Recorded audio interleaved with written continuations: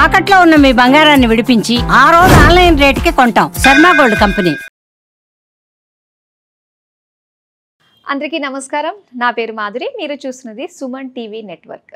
శ్రీరామనవమి, శ్రీరామ, రామ ఏ పేరుతో పిలిచినా కూడా రామ అని పిలిస్తేనే ఒక వైబ్రేషన్ వస్తుంది, ఒక పాజిటివిటీ వస్తూ ఉంటుంది, ఒక ఆరా పెరిగిన ఫీలింగ్ మనకి కలుగుతూ ఉంటుంది.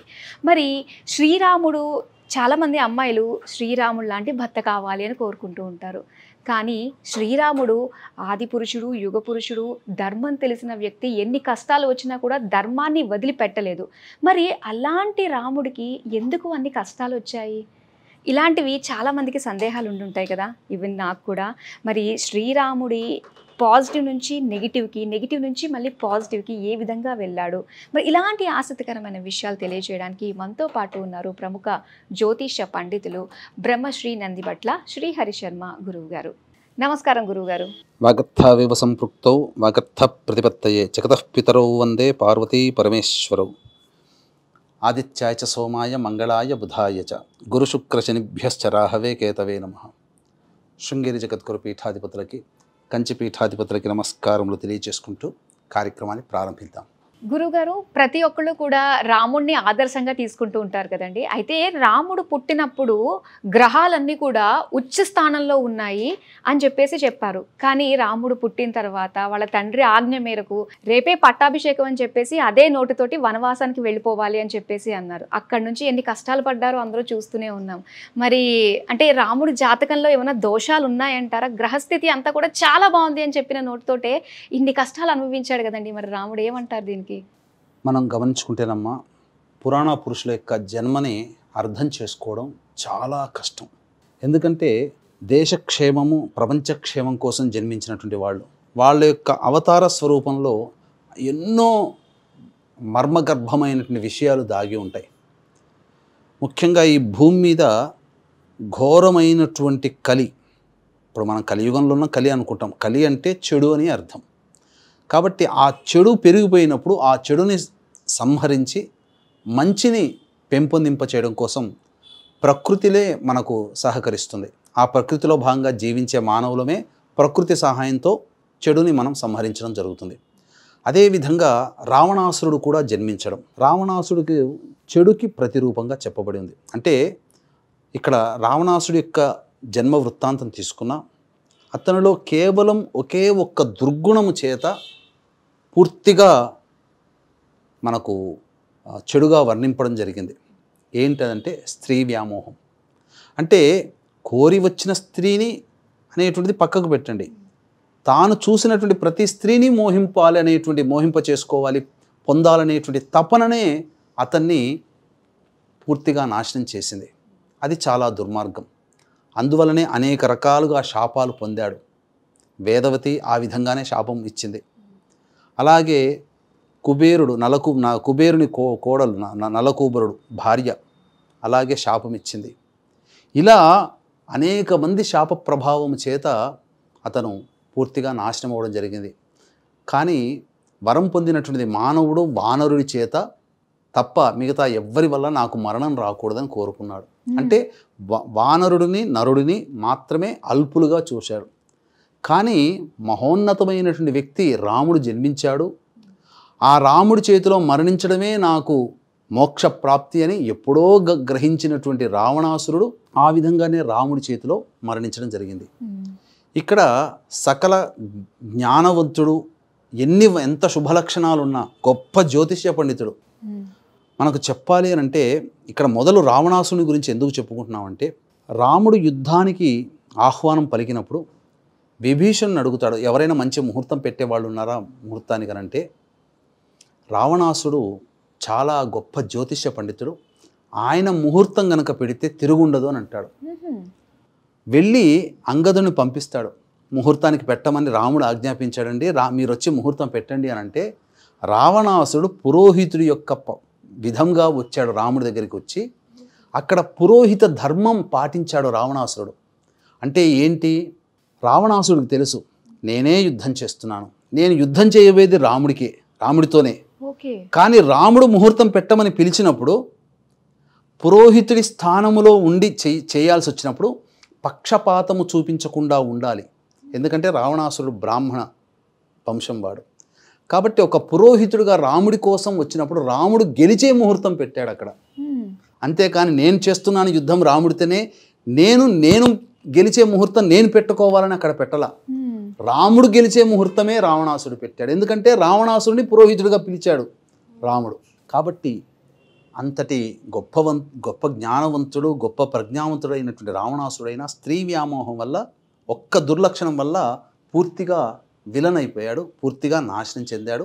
అది అవ్వాలి కూడా, ఎందుకంటే అది సరైనటువంటి లక్షణం కాదు. ఇక రాముని వారి జాతకం కనుక వచ్చినట్లయితే, రాముల వారి జాతకంలో ఎన్నో గొప్ప యోగాలు. అసలు జ్యోతిష్య శాస్త్రము నేర్చుకోవాలి అనుకునే వాళ్ళందరూ కూడా, పెద్ద వాళ్ళు గురువులందరూ కూడా కొంత జ్ఞానాన్ని పంచిన తర్వాత రాముడి జాతకాన్ని రిఫర్ చేయండి అని అంటారు. ఫస్ట్ రాముడి జాతకం మీద రీసెర్చ్ చేయండి, మీకేం తెలిసే రాముడి జాతకంలో అని చెప్పడం జరుగుతుంది. ఎందుకంటే పంచమహాపురుష యోగాలు గురువు వల్ల, కుజుడు వల్ల, శుక్రుడు వల్ల, శని వల్ల మరియు చంద్రుడి వల్ల ఇవన్నీ కలుగుతాయి. బుధుడి వల్ల, ఈ 5 గ్రహాల వల్ల పంచమహాపురుష యోగాలు కలుగుతాయి. ఈ పంచమహాపురుష యోగాలు కూడా రాముడి జాతకంలో సుస్పష్టముగా ఉన్నాయి. శని ఉచ్చస్థితి వల్ల శశయోగము, శుక్రుడు ఉచ్చస్థితి వల్ల అమల యోగము, కుజుడు ఉచ్చస్థితి వల్ల రుచక యోగము, గురుచంద్రుల యొక్క కలయిక వల్ల గజకేసరి యోగము. ఇలాంటి యోగాలు అన్నీ ఉన్నాయమ్మా. రవి ఉచ్చస్థితి వల్ల అధియోగము. ఎందుకనంటే రాముడు జన్మించినటువంటి సమయంలో గురువు ఉచ్చస్థితి, శని ఉచ్చస్థితి, కుజుడు ఉచ్చస్థితి, శుక్రుడు ఉచ్చస్థితి, రవి ఉచ్చస్థితి.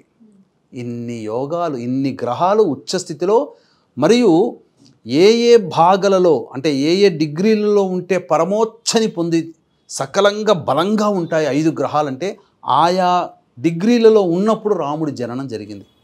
ఇది మళ్ళీ సంభవించాలి అంటే మళ్ళీ యుగంలో ఒక్కసారి మాత్రమే. త్రేతాయుగం అంతములో రాముల వారి జననం ఇలా జరిగింది. చాలామంది ఇదేదో సినిమా అమ్మవారికి సంబంధించింది ఏదో వచ్చింది చూడండి అమ్మ, ఈ అనుష్క హీరోయిన్గా వచ్చింది, అరుంధతి. అందులో ఏం చెప్తారు, 80 సంవత్సరాలకు ఒకసారి అని. అట్లా ఉండదమ్మా. 80 సంవత్సరాలకు ఒకసారి గ్రహాలన్నీ మళ్ళీ ఒకే స్థానంలోకి రావు. రాముల వారి జాతకమే మళ్ళీ రావాలంటే మళ్ళీ అట్లాంటి 4 లక్షల సంవత్సరాలు గడిస్తే తప్ప అలాంటి గ్రహ సమ్మేళనం కలిగినటువంటి జాతకం ఏర్పడదు. యుగంలో ఒక్కసారి మాత్రమే అట్లాంటి గ్రహస్థితి కలుగుతుంది. కృష్ణుడు ఒక్కసారి మాత్రమే జన్మించాడు ద్వాపర యుగంలో, మళ్ళీ తర్వాత జననం జరిగింది అట్లాంటిది. అట్లాగే ఇది కూడా. కాకపోతే ఇన్ని మహాపురుష యోగాలు ఉన్నటువంటి రాముడి జాతకంలో కూడా కొన్ని దోషాలు ఉన్నాయి. మనం కనుక గమనించుకున్నట్లయితే కర్కాటక లగ్నంలో గురువు చంద్రుడు ఉచ్చస్థితి, పునర్సు నక్షత్రం 4వ పాదంలో జన్మించారు. పునర్సు నక్షత్రం 4వ పాదం అయిన తర్వాత పుష్యమీ నక్షత్రం కలుగుతుంది. పుష్యమీ నక్షత్రము 19 సంవత్సరాలు, అంటే శని మహాదశ 19 సంవత్సరాలు, బ్యాలెన్స్గా ఒక 3-4 సంవత్సరాలు ఉందనుకుందాం, అంటే 22 ఏళ్ళు. ఈ శని మహాదశలో ఉండగానే వివాహ స్థానాధిపతి అయినటువంటి శని మహాదశ ఉండగానే అతనికి వివాహం జరిగింది. కాబట్టి ఈ వివాహం చిన్నప్పుడు ఉన్నప్పటికీ కూడా ఎక్కువ కాలము తల్లిదండ్రుల దగ్గర లేడు. వనవాసంలో అతనికి యాగ సంరక్షణార్థమై వనవాసానికి వెళ్ళాడు. అక్కడ ఎక్కువ సంవత్సరాలు గడిచాయి. ఆ యజ్ఞ సంరక్షణ కోసం విద్యలో బల అతిబల అనేటువంటి విద్యలు విశ్వామిత్రుడి ద్వారా గ్రహించడం, అనేక శస్త్రాస్త్రాలన్నీ కూడా అభ్యసించడం, పొందడం అవన్నీ జరిగాయి. ఆ ప్రభావము చేత దుష్ట సంహారం జరిగింది, మారీచ, సుబాహులు వీళ్ళందరినీ కూడా. కానీ రాముడు ధర్మాన్ని చాలా పాటించేవాడు. ధర్మం అంటేనే రాముడు, రాముడు అంటేనే ధర్మం. అసలు రాముడి తర్వాత ధర్మం పుట్టిందా అన్నట్లుగా ఉంటుంది రాముడి జీవితం. అందుకే ఇప్పటికీ కూడా ప్రతి జంట కూడా రాముడి లాంటి కొడుకు కావాలని కోరుకుంటారు, అంతే తప్ప ఇంకా ఎలాంటి వ్యక్తిని చూపించరు. అలాగే ఏ తండ్రి అయినా నా కొడుకు రాముడిలా ఉంటే చాలు, ఏ అమ్మ అయినా నా భర్త రాముడిలా ఉంటే చాలు, రాముడి లాంటి భర్త కావాలని కోరుకుంటారు. అందుకే ఏ దేవుళ్ళని కూడా చూపించరు, రాముని మాత్రమే ఫోటో చూపిస్తారు అమ్మాయిలు. అందుకనే ఇప్పటికీ కూడా వివాహ సందర్భాల్లో జానక్యాహ కమలా పుటాంజ అని చెప్పేసేసి వస్తుంది. అంటే ఆ శ్లోకము సీతారాముల యొక్క కళ్యాణాన్ని వివరించే అర్థముతో ఉన్నటువంటి శ్లోకమే మొట్టమొదటిగా వివాహ మహోత్సవ ఆహ్వాన పత్రికలో ప్రతి తెలుగునాట ప్రతి కుటుంబంలో ఆ యొక్క శ్లోకముతోనే వివాహం సంబంధించిన ఆహ్వాన పత్రిక ప్రారంభమవుతుందంటే సీతారాముల అన్యోన్య జంటకి ప్రతిరూపం అది. అంతేకాకుండా రాముల వారు చిన్నప్పుడే కష్టాలు పడ్డారు. ఎందుకనంటే చిన్నతనంలోనే రాజులు సైతము, కండలు తిరిగినటువంటి రాజులు, కాకలు తీరినటువంటి రాజులు సైతం కూడా చేయలేనటువంటి గొప్ప గొప్ప బాధ్యతల్ని చిన్నతనంలో, పసిప్రాయంలో, టీనేజ్ ఏజ్లో, మనం ఇప్పుడు టీనేజ్ అంటాం కానీ ఆ టీనేజ్లోనే పెద్ద పెద్ద బాధ్యతని భుజాన వేసుకున్నాడు రాముల వారు. అంటే ఎంత కఠోరమైన శ్రమ చిన్నతనంలో అనుభవించాడో. ఒక గొప్ప చక్రవర్తి కొడుకుగా జన్మించినటువంటి వాడు భవిష్యత్తులో ఈ యొక్క ప్రపంచాన్ని పాలించే మహారాజు. అటువంటి రాజు భోగలాలసుడుగా ఉండి భోగాలు అనుభవిస్తూ ఉండకుండా టీనేజ్లో, పసిప్రాయంలో అడవికి వెళ్ళాడు అని అంటే అతని జాతకంలో కష్టాలు ఉన్నాయనే కదమ్మా. కష్టపడిందే విజయం రాదు కదా. ఇప్పుడు మనము కష్టాల గురించే తెలుసుకుంటున్నాం, రాముడి మంచి గురించి కూడా చెప్పుకుందాం. ఇది అయిపోయింది. వివాహము సందర్భంగా కోరి వివాహం చేసుకున్నాడు. ఇక్కడ ఏంటి కోరి అంటే స్వయంవరంలో గెలుచుకున్నటువంటి వివాహం అంటే ఏంటి? ఇక్కడ కర్కాటకం, సింహ, కన్య, తుల, వృశ్చికం అంటే ప్రేమ వివాహం అన్నట్టే లెక్క ఒక రకంగా. రాముల వారిది, సీతావారిది ప్రేమ వివాహం. అంటే ఎట్లాంటి ప్రేమ వివాహం? ఎలా? అతను గెలుచుకున్నాడు, ఒక అమ్మాయిని గెలుచుకోవడం. ప్రేమ వివాహంలో ఒక అబ్బాయి మనస్సుని అమ్మాయి గెలుచుకొని పెళ్లి చేసుకున్న, అమ్మాయి మనస్సుని అబ్బాయి గెలుచుకున్న ప్రేమ వివాహమే కదా స్వయంవరం. అంటే తనని గెలుచుకున్నాడు. అంటే ఇక్కడ ఏంటి? పంచమాధిపతి, ప్రేమ స్థానాధిపతి వివాహ స్థానంలో ఉన్నాడు కాబట్టి అది గెలుచుకోవడం జరిగింది. ఎందుకనంటే అక్కడ వివాహ స్థానంలో కుజుడు ఉండడం. ఈ కారణం చేత మీకు తన భార్య అయోనిజ, భూమికి సంబంధించినటువంటి పుత్రిక భూమిలో లభించింది కదా. అంటే వివాహ స్థానములో భూకారకుడైనటువంటి కుజుడు ఉండగా జన్మించినాడు కాబట్టి భూమి పుత్రిక తన భార్య అయ్యింది అని చెప్పడం.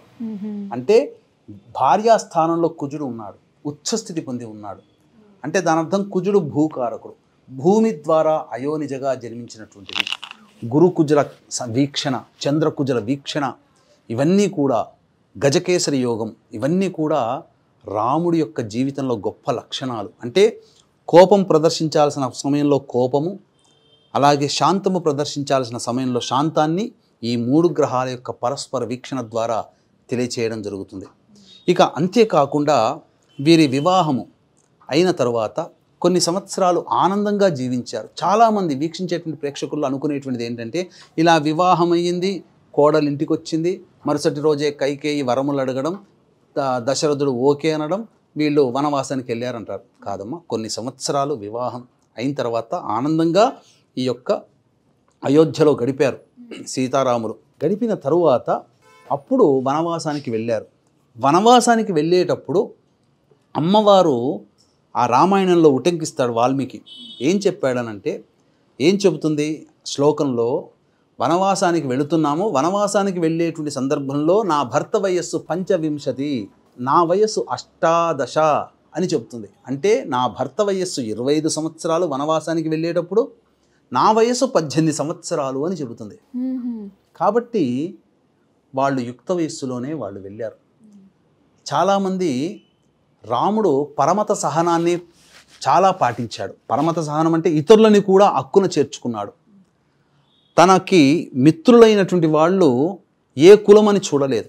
ఇక్కడ మీరు గమనించుకుంటేనమ్మా, రాములు విద్యాభ్యాసము చేసినటువంటి సమయంలో నిషాద కులానికి చెందినటువంటి గుహుడు అంటే బోయ కుల వంశానికి చెందినటువంటి గుహుడు కూడా తనతో పాటు చదువుకున్నాడు, మిత్రుడు. అందుకనే పడవ దాటేటప్పుడు గుహుణ్ణి ఆలింగనం చేసుకుంటాడు. మిత్రమా, నువ్వు సహాయం చేశావు, నేను ఈ అయోధ్య నగరం నుంచి నేను వేరే ప్రాంతానికి వెళుతున్నాను, నదిని నాకు దాటవేశావు, నాకు గొప్ప సహాయం చేశావని చెప్పి గుహుణ్ణి ఆలింగనం చేసుకుంటాడు. అంటే ఒక నిషాద కులంలో జన్మించిన వ్యక్తిని శ్రీరాముల వారు ఆలింగనం చేసుకున్నారు అని అంటే అక్కడ ఆ కాలంలోనే అన్ని కులాలని గౌరవించే స్థితి ఉందని అర్థం చేసుకోవాలి. తెలియక పిచ్చి ప్రసంగాలు బాగుతుంటారు కొంతమంది. మమ్మల్ని తొక్కేశారు, కింద కులం వాళ్ళని అణిచేశారు అని అంటుంటారు. అది అణిచివేసేటట్టయితే రాముడు చూపించాలి కదా. అంటే రాముడు ఆ కాలంలోనే అన్ని కులాలు ఒకరినొకరు గౌరవించుకొని పరస్పర ప్రేమ సంబంధాలు, మైత్రి సంబంధాలు ఆ కాలంలో ఉన్నాయి. మధ్యలో బ్రిటిష్ వాళ్ళు కొంతమంది చేశారు, కమ్యూనిస్టులు కొంతమంది ఇంకా దాన్ని రగిల్చారు తప్ప అన్ని కులాలని అన్ని కులాల వాళ్ళు గౌరవించారు, అందులో సందేహం లేదు. మాయా కల్పిత కథల వల్ల పాపం కొంతమంది మమ్మల్ని కిందతనంగా చూశారని చెప్పి బాధపడుతూ పై కులం వాళ్ళని ఆక్రోషిస్తారు. ఇది అబద్ధము. గ్రహించలేక దీన్ని ఇప్పటికీ కూడా చాలామంది అంగీకరించరు. కానీ మరి పూర్వకాలంలో అన్ని కులాలు కూడాను ఒకే తాటి కింద ఉండేటివి. ఎవరికి వాళ్ళు గౌరవించుకునేవాళ్ళు. ఏ వృత్తిని కూడా అందులో విస్మరించలేదు. ఇక తరువాత మైత్రి చేసుకున్నాడు సుగ్రీవుడితో. అంటే అమ్మవారు వెళ్ళిపోయింది. అక్కడ ఏంటి, అమ్మవారికి సంబంధించి వనవాసం చేసేటప్పుడు చిన్నతనంలోనే వనవాసం చేశాడు కదా. 25 సంవత్సరాల వయస్సులో అడవి బాట పట్టాడు కదా. మరి యుక్త వయస్సులో ఉండి రాజభోగాలు అనుభవించి రాజ్యాన్ని పొంది రాజుగా ప్రకటింప చేసుకొని నేను వెళ్ళిపోను నాన్న, నీ మాట వినను అంటే ఏం చేస్తాడు దశరథ మహారాజు? ఏం చేసేవాడు కాదు కదా. అయినా తండ్రి తనకు మాట ఇచ్చాడు భార్యకి. కాబట్టి తండ్రి మాటే శిరోధార్యమని భావించి అడవుల బాట పట్టాడు. నార వస్త్రములు ధరించాడు. కందమూలాలు తినుకుంటూ ఉన్నాడు. చాలామంది తెలియక రాముడు క్షత్రియుడు, మాంసం తిన్నాడు అంటాడు. వాల్మీకి రామాయణంలో చూపించమని చెప్పండి, ఎక్కడా చెప్పబడలేదు. రాముడు మాంసము తినలేదు. ఎందుకంటే జంతువధ అంటే ప్రాణిని సంహరించడమే. ప్రాణిని సంహరించినటువంటి విధంగా రాముడు ఏనాడు ధర్మాన్ని అతిక్రమించలేదు. కాబట్టి రాముడు శాకాహారాన్నే భుజించాడు, కానీ మాంసాహారాన్ని భుజించలేదు. ఇది కల్పిత గాథ. ఒక విషనారి, ఒక ఆడవాళ్ళలో ఒక విషనారి బయలుదేరింది. రామాయణ విషవృక్షం అని చెప్పి మొత్తం పూర్తిగా రామాయణాన్ని అంతా కూడా అభాసుపాలు చేసి ఒక కథలల్లి 2 పుస్తకాలు రచించింది. ఆ మహానుభావురాలు ఇప్పటికీ బ్రతికే ఉంది. కానీ సర్వం కోల్పోయింది. ఏకాకిగా పండుటాకులుగా ఉండి ఏకాకిగా బ్రతుకు దైన్యంగా జీవిస్తుంది ఆమె. ఇప్పటికీ కూడా ఉంది. రామాయణ విషవృక్షం అని చెప్పి రచించింది. ఆ గ్రంథాలు చదవలేము, చదివితే బాధ కలుగుతుంది. ఇక సందర్భంగా కష్టాలు పడ్డాడు కదమ్మా. రాముడి జాతకంలో కష్టాలు పడడానికి ప్రధానముగా ఈ సంబంధించినటువంటి గ్రహాలు అంటే ఏంటి, కర్కాటకం నుంచి చతుర్థ స్థానములో కర్కాటకం, సింహం, కన్యా, తుల సుఖస్థానములో పాపగ్రహమైనటువంటి శని ఉచ్చస్థితి పొంది ఉన్నాడు. సుఖస్థానంలో సుఖాన్ని పొందలేకపోయాడు. సుఖస్థానాధిపతి అయినటువంటి శుక్రుడు ఉచ్చస్థితి పొంది ఉన్నప్పటికీ కూడా పాపగ్రహ వీక్షణతో ఉన్నాడు, పాపగ్రహ సంయుతితో ఉన్నాడు. శుక్ర రాహుల కలయిక అక్కడ ఉంది. కాబట్టి సుఖస్థానాధిపతి పాపభూయిష్టమైపోయాడు. సుఖస్థానములో కూడా శని భగవానుడు ఉచ్చస్థితి పొంది ఉన్నాడు. కాబట్టి ఎన్నడూ కూడా సుఖమంటూ ఎరగలేదయ్యా నా దేవుడు. ఎన్నడూ కూడా సుఖంగా ఉండలేక జీవించాడు. కొంతకాలం మాత్రమే సుఖపడ్డాడు, కానీ ఎప్పుడూ కష్టాలే అతనికి. కాబట్టి ఆ యొక్క చిరుప్రాయంలోనే శని మహాదశ సుఖస్థానంలో ఉండగా ఆ శని మహాదశలోనే వనవాసాన బాట పట్టాడు కదా 4 ఏళ్ళు. కాబట్టి ఇది అయిపోయిన తర్వాత బుధ మహాదశలో వచ్చింది. వనవాసాన బాట పట్టిన తర్వాత ఈ వనవాసంలోకి వచ్చేసేసరికి ప్రధానముగా అన్యోన్య దాంపత్యంలో ఉన్నారు చక్కగా. కానీ విపత్తు రావణాసుడి రూపంలో రావడం, అమ్మవారిని అపహరించుకోపోవడం జరిగింది. దీనికంతటికీ గల కారణాన్ని చూసుకుంటే అమ్మవారి యొక్క మంకుపట్టు కూడా చెప్పవచ్చు. సీతా అమ్మవారు నేను బంగారు అంటే భార్య ఏది కోరితే అది తెచ్చి ఇచ్చేటువంటిది ప్రేమ. భార్య పట్ల ప్రేమని చూపించాడు శ్రీరాముల వారు. కాబట్టి అదిగో రామ, నేను జింకను చూశాను, కానీ అది బంగారు వర్ణంతో చాలా కొత్తగా కనిపించింది, నాకు ఆ జింక కావాలని పట్టుబట్టింది. ఆ జింక కోసం వెళ్ళాడు రాముడు. అతన్ని అనుసరిస్తూ లక్ష్మణుడు వెళ్ళాడు. కాబట్టి అక్కడ అమ్మవారి యొక్క పట్టుదల అంటే వీళ్ళందరూ కూడా దేవతాంశ సంభూతులే. కానీ అక్కడ జరిగింది ఏంటి, ఆ అమ్మవారికి తెలుసు ఇలా వెళితేనే రావణాసుడు వస్తాడు, అపహరించుకు వెళతాడు. తదనంతరం రావణాసుర సంహారం జరగాలంటే రాముడు రావాలి. రాముడు ఊరికి కోపంగా, రాముడు అనేటువంటి వాడు ధర్మాన్ని తప్పిన వాళ్ళ మీద మాత్రమే తన యొక్క ప్రయోగం చేశాడు. కానీ ఎవరిని కూడా సాటి మానవులు కానీ సాటి జీవిని కానీ అకారణముగా నిందించలేదు, అకారణముగా బాధ పెట్టలేదు. ఇంతటి గొప్ప లక్షణాలు కలిగినటువంటి రాముడు అకారణంగా రావణాసుని మీద ఎందుకు యుద్ధం చేస్తాడు? ఏదో ఒక కారణం కావాలి కాబట్టి అమ్మవారు పట్టుబట్టి ఆ విధంగా ఆ బంగారు లేడి కావాలని కోరింది. ఆ స్త్రీ స్థానం, భార్యాస్థానంలో కుజుడు ఉచ్చస్థితి ఉండడం కారణం చేత ఆ కుజగ్రహ ప్రభావం అమ్మవారి లక్షణాన్ని సూచిస్తుంది. అంటే మంకుపట్టు. కుజుడు ఎవరి జాతకంలోనైతే లగ్నంలో బలంగా ఉంటాడో, సప్తమ స్థానంలో బలంగా ఉంటాడో, కేంద్ర స్థానాల్లో బలంగా ఉంటాడో వాళ్ళు చాలా గట్టి మంకుపట్టు కలిగి ఉంటారు. వాళ్ళని గెలవడం సాధ్యం కాదు. అలాగే ఆ విధంగా అమ్మవారు మంకుపట్టు పట్టడం, ఆ విధంగా అమ్మవారు అపహరించబడడం తదనంతరం జరిగింది. మరి మైత్రి జరిగింది. మైత్రి తృతీయ స్థానం చూసుకోవాలి. తృతీయ స్థానాధిపతి కుటుంబాధిపతితో కలిసి ఉన్నాడు. రవి బుధుల కలయిక అంటే కర్కాటకం, సింహం, కన్యా స్థానాధిపతి. కాబట్టి బుధ మహాదశలో అతను ఈ వనవాసానికి దేశాంతర ఘటన జరగాలి. శని మహాదశలో కష్టాలు పడి విద్యాస్థానంలో ఉన్నాడు కాబట్టి శని భగవానుడు ఆ శని మహాదశ రాగానే అనేక విద్యలు కష్టపడి సంపాదించుకున్నాడు. విశ్వామిత్రుడు ఊరికే పెట్టల. పొద్దునే చాలా కష్టాలు, పొద్దునే బ్రహ్మముహూర్తంలో లేచి సాధన చేస్తే తప్ప ఆ విద్యలు రాలేదు. అనగా 4 సంవత్సరాలు మొట్టమొదటి గురు మహాదశ, 19 సంవత్సరాలు 23 ఏళ్ల లోపల అతనికి వివాహం జరిగింది.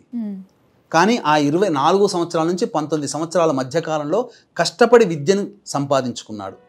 కాబట్టి విద్యను పొందాడు. వివాహ స్థానాధిపతి కూడా శని భగవానుడు కాబట్టి చక్కగా విద్యల్ని నేర్చుకున్నాడు. వివాహం జరిగింది, విద్యలు నేర్చుకున్నాడు. 23 ఏళ్ల తర్వాత బుధ మహాదశ ప్రారంభమైంది. బుధుడంటే తృతీయాధిపతి, వ్యయాధిపతి. కాబట్టి వ్యయం అంటే ఏంటి? దూరం జరగడం. కాబట్టి ఉన్న ప్రాంతం నుంచి అతని జాతకరీత్యా దూరం జరగాలి. కాబట్టి కైకేయి రూపంలో మాట తీసుకోవడం ద్వారా వనవాసానికి వెళ్ళడం జరిగింది. దేశాంతర ఘటన జరిగింది. ఇది అక్కడ ప్రధానంగా జరిగినటువంటిది. తదనంతరం ఈ యొక్క బుధ మహాదశలోనే సర్వశత్రు సంహారము జరిగింది ఈ బుధ మహాదశలో. కాబట్టి ఈ బుధ మహాదశ అతనికి సంబంధించినటువంటి ఆత్మస్థానాధిపతి అయినటువంటి రవితో కలిసి ఉండడం, దశమ కేంద్రంలో ఉచ్చస్థితిలో ఉండడం, ఈ వనవాసంలో మైత్రి కలిగింది. మైత్రి వానరులతో కలిగింది. కాబట్టి ఇక్కడ శని బుధుల యొక్క పరస్పర వీక్షణ అది చతుష్పాద జంతువులతో మైత్రిని, చతుష్పాద జంతువులతో కలయిక, చతుష్పాద జంతువులతో కలిసి జీవించడం అనేటువంటిది జరుగుతుంది. వానరులు అంటే 4 ఉంటాయి కదా, 4 కాళ్ళ వాళ్ళే కదా. కాబట్టి ఈ గ్రహాల కలయిక బుధుడి యొక్క ప్రభావము అక్కడ ఆ విధంగా బుధ దశలో కలగడం, ఆ విధంగా దుష్ట సంహారం అనేటువంటిది జరిగింది. మరి ఎక్కడ సుఖపడ్డాడమ్మా? అక్కడ తదనంతరం రావణాసుర సంహార తదనంతరం ఎక్కడ కూడా ధర్మం తప్పలేదు. రావణాసురుడు సంహరించే సందర్భంలో కూడా అది చక్కగా సహేతుకంగానే చేశాడు. ఆ యొక్క రావణాసురుడి యొక్క సంహారానంతరం బ్రహ్మహత్యా పాతకాన్ని పొందినటువంటి రాముల వారు వచ్చి మళ్ళీ సముద్ర తీరం దగ్గర మళ్ళీ ప్రతిష్ఠ చేశారు. రామేశ్వరంలో ఉన్నటువంటిది రాముల వారు పంచలింగ ప్రతిష్టలు చేశారు. శ్రీలంకలో మనకు కనబడేటువంటిది మద్రాసు దగ్గర ఉన్నటువంటిది అది వేరు, తీరం దగ్గర ఉన్నటువంటిది రామేశ్వరం అదొకటి. 5 లింగ ప్రతిష్టల్లో రామేశ్వరం ఒకటి, కానీ 4 లింగ ప్రతిష్టలు అనేటువంటివి శ్రీలంకలో ఉన్నాయి. మరి పంచలింగ ప్రతిష్ఠ చేశారు రాముల వారు. కాబట్టి ఆ విధంగా ప్రతిష్ఠ చేశారు. తదనంతరం జాతకరీత్యా వాళ్ళు వచ్చి అన్యోన్య దాంపత్యం కొన్ని వందల సంవత్సరాలు చేశారమ్మా రాముని యొక్క దివ్య ఆయుష్లో. తదనంతరం ధర్మానికి కట్టుబడి ఉండి, రాజు అంటే ఎలాంటి వాడు? ధర్మానికి కట్టుబడి ఉండేటువంటి వాడు. ధర్మానికి కట్టుబడి ఉండి ప్రజల మాటే తన కర్తవ్యంగా భావించి భార్యని పంపించి వేయడం జరిగింది. అడవులకు పాలు చేయడం జరిగింది. ఇక్కడ రాముడిని శంకించకూడదు. రాముడు ఊరికే పంపించలేదు, ధర్మానికి కట్టుబడి ఉన్నాడు. తదనంతరం అశ్వమేధ యాగం చేయదలిస్తే భార్య లేకుండా యాగక్రతువులు చేయకూడదు. కాబట్టి పండితుల సూచన మేరకు భార్య లేకపోయినా హిరణ్మయంతో అంటగా బంగారంతో చేసినటువంటి విగ్రహం ఏదైతే పక్కన ఉంటుందో అది భార్యా స్వరూపమే అని చెప్పి పండితులు చెప్పినప్పుడు బంగారంతో చేసినటువంటి సీతామ్మవారి యొక్క విగ్రహాన్ని పక్కన పెట్టుకొని అశ్వమేధ యాగం చేశాడు. తదనంతరం పిల్లల్ని కనుగొనడం జరిగింది. తదనంతరం పిల్లలకందరికీ కూడాను బాధ్యతలు అప్పగించి తాను ప్రాయోపవేశం చేయడం జరిగిందమ్మా. కాకపోతే అంతా బాగుంటుంది కానీ చాలా మంది ఒక ఒక బయట అతను మాట్లాడడంతో అమ్మవారిని ఎందుకు దూరం పెట్టారు, తన భార్య మీద తనకి ఆ మాత్రం నమ్మకం లేదా అని చెప్పేసి అంటూ ఉంటారు. మరి దీనికి ఏ విధంగా తీసుకోవచ్చు అంటారు మనం? ఇదే విషయము రావణాసుర సంహారాంతం కూడా ఆజ్ఞాపిస్తాడు. ఇక్కడ రాముడిని చాలామంది తప్పు పడతారమ్మా. రాముడిని తప్పు పట్టకూడదు. ఎందుకనంటే ఇక్కడ ప్రధానంగా మీరు గమనించాల్సినటువంటిది ఏంటనంటే ధర్మంని దృష్టిలో పెట్టుకొని రాముల వారు మాట్లాడారు. ఏంటి, రాముల వారు అమ్మవారు రావణాసుర సంహారానంతరం అగ్ని ప్రవేశం చేసిరమ్మా అని అంటారు. అంటే అగ్ని ప్రవేశం చేసి వస్తే పునీత. మనకు ఏదైనా కానీ అగ్నిలో మనం హోమం చేస్తాం, పవిత్రతను పొందుతాం. హోమంలో వేసినటువంటి ప్రతి వస్తువు పవిత్రమైనటువంటిదే. కాబట్టి హోమం ద్వారా మళ్ళీ జన్మించినటువంటిది. కాబట్టి పవిత్రత చెందినటువంటి లోకము అపవాదు చెందకుండా సంవత్సరం పాటు రావణాసుడి యొక్క రాజ్యంలో ఉండి వచ్చింది. మనకు తెలుసు, మన అంతరంగానికి రాముడికి తెలుసు, అందరికీ తెలుసు. కానీ ఎవరైనా ఒక తొర్రికూత కూస్తారు, ధర్మాన్ని అతిక్రమించకూడదు, ధర్మాన్ని పాటిస్తున్నానని చెప్పి ఆ విధంగా అన్నాడు తప్ప భార్య మీద ఏమాత్రం అనుమానం లేదు. అనుమానం ఉండేటట్టయితే ఇన్ని సంవత్సరాలు ఎలా సంసారం చేస్తారు? ఎంత దాంపత్యం, అన్యోన్య దాంపత్యం అమ్మా. ఎంత ఒకరి మీద ఒకరు. ఈనాడు కూడా మనం చూసుకుంటే భార్య అడవులోకి పంపించి వేసిన సీతమ్మ వారు ఎప్పుడు రాముని నిందించలేదు. రాముల వారు ఎప్పుడు భార్య పోయిందని చెప్పి ఇంకొక వివాహం చేసుకోలేదు. తానున్నంత వరకు తనే నా భార్య అనుకున్న ఏకపత్తి వ్రతుడు. కాబట్టి అంతటి గొప్పవాడు. గురుగారు దోషాలు ఉన్నాయి అంటున్నారు కదా జాతకంలో, అయితే ఆ దోషాలు ఏంటో తెలియజేస్తారా? గమనించుకుంటేనమ్మా, దోషాలు ఉన్నాయి కాబట్టి విద్యాస్థానంలో పాపగ్రహమైనటువంటి శని ఉచ్చస్థితిలో ఉండడం, సుఖస్థానము కూడా అవ్వడం. కాబట్టి సుఖపడనటువంటి జీవితంని పొంది విద్యని కష్టాలు పడుతూ విద్యని పొందాడు. కష్టపడింది ఏది రాదు. కానీ ఆ సమయంలో కూడా అడవుల బాట పట్టాడు. రాక్షసులతో చిన్న ప్రాయంలో 12 ఏళ్ళు 13 ఏళ్ల ప్రాయంలో రాక్షసులతో యుద్ధం చేశాడు. మాయలలో ఆరితేరినటువంటి రాక్షసులు మారీచ సుబాహులతో తాటకిని సంహరించడం జరిగింది. అంతేకాకుండా ఎంతోమంది రాజులని నిర్హరించి ఆ యొక్క శివ ధనుర్భంగాన్ని ఛేదించి అమ్మవారిని సొంతం చేసుకోవడం జరిగింది. ఇవన్నీ చిరుప్రాయంలోనే కష్టపడింది.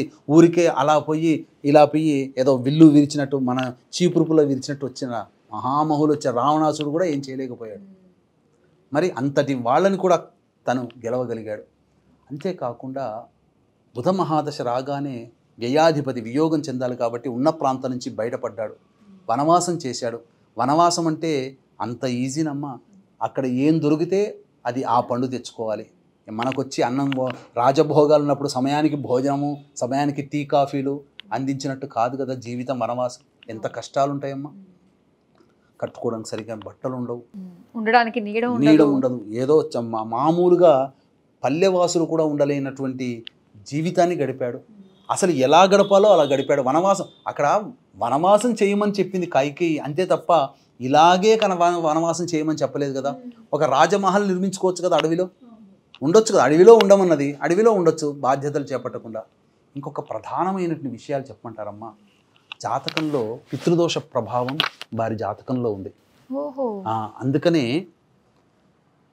వనవాసానికి వెళ్ళిన తర్వాత తండ్రి మరణిస్తే మరణించిన విషయాన్ని కూడా తెలియదు. భరతుడు వచ్చి అన్నయ్య తండ్రి చనిపోయాడు అని చెప్పేంత వరకు కూడా తెలియదు. ఏ కొడుకుకైనా పెద్ద కొడుకుగా పుట్టాడు కదా రాముడు. ఆ పెద్ద కొడుకుగా పుట్టినటువంటి రాముడు తన చేతులతో తండ్రి అంత్యక్రియలు చేయలేకపోయాడు కదా. అది దోషమే కదమ్మా. మనం గమనించుకుంటే అది ఒక ప్రధానమైన దోషం. పెద్ద కొడుకుగా తండ్రికి చేయాల్సినటువంటి ఉత్తర క్రియలు చేయలేకపోయాడు. భరతుడు చేశాడు. తరువాత అన్నిటికంటే పెద్ద దోషం చెప్పమంటారా? పెద్ద దోషమని కాదు, మనం చూసుకుంటే ఏ తండ్రికైనా ఏ తల్లికైనా సంతానం కనగానే ఫస్ట్ తల్లిదండ్రులు ఎత్తుకుంటారు. మరి నా రాముడికి ఆ భాగ్యం కలిగిందా? నా రాముడు ఆనందించాడా? పిల్లల్ని ఎత్తుకొని అల్లారు ముద్దుగా నా రాముడు ఏమన్నా ఆడుకున్నాడా? 16 సంవత్సరాలు వచ్చేంత వరకు లవకుశుల్ని నా కొడుకులని తెలుసుకోలేకపోయాడు. నిజంగా మరి ఎంత కష్టం మనసులో ఎంత కష్టం అనుభవించుంటాడో ఒక్కసారి గుర్తుపెట్టుకోండి. గర్భవతిగా ఉన్నటువంటి అమ్మాయి భర్త విదేశాలకు వెళ్ళిపోతే అయ్యో నా సంతానాన్ని నా భర్త చూడలేదని భార్య ఎంత బాధపడుతుంది. అక్కడ భర్త ఎంత నలిగిపోతాడు. నా సంతానాన్ని నేను చూడలేకపోయానని చెప్పి. మరి ఆ అంతటి బాధ ఆ రాముల వారు పొందలేదా? ఎన్ని కష్టాలు పడ్డాడు. ఒక్కసారి మాతృత్వమైనటువంటి హృదయంతో, ఒక తండ్రి హృదయంతో వీక్షించేటువంటి ప్రేక్షకులు ఆలోచించండి. మన పిల్లని మనం ఎత్తుకొని తిరిగాం, రాముడు తిరిగాడా? ఆడుకున్నాడా? మరి దోషమే కదమ్మా. కాబట్టి జాతకంలో ఉన్నటువంటి కొన్ని దోషాలు అనేటువంటివి ఉండడం, తద్వారా సంబంధించినటువంటివి ఇవన్నీ ఉన్నాయి. కానీ భావి భారతదేశమనే కాదు, భావి ప్రపంచాన్ని శాసించే సంతానాన్ని పొందాడు. ఇప్పుడు లవుడు నిర్మించిన నగరమే లాహోర్, కుషుడు నిర్మించినవనే కుశస్థలి అని అంటుంటారు. లాహోర్ అనేటువంటిది రాముడి యొక్క వంశంలో కొడుకైనటువంటి లవుడు నిర్మించినది ప్రదేశం అది. అందులో చాలా ఉన్నాయి, రామాయణ ప్రదేశాలు చాలా ఉన్నాయి. ఇండోనేషియా వాళ్ళు ముస్లిం రాజ్యమైనప్పటికీ కూడా ఈనాటికి కూడా సీతమ్మవారిని, రామాయణ ఘట్టాన్ని వాళ్ళు చక్కగా పాటిస్తుంటుంటారు. మరి ఎందుకు?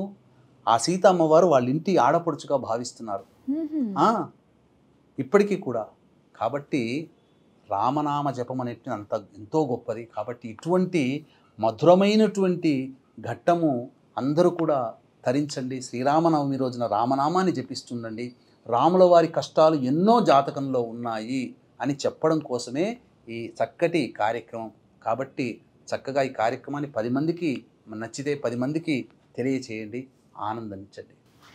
శ్రీరాముడి గొప్పతనం గురించి, ఆయన ఔన్నత్యం గురించి కళ్ళకు కట్టినట్టుగా మాకు సవివరంగా తెలియజేసినందుకు ధన్యవాదాలు గురుగారు. సర్వం శ్రీ ఉమామహేశ్వర పరబ్రహ్మార్పణమస్తు.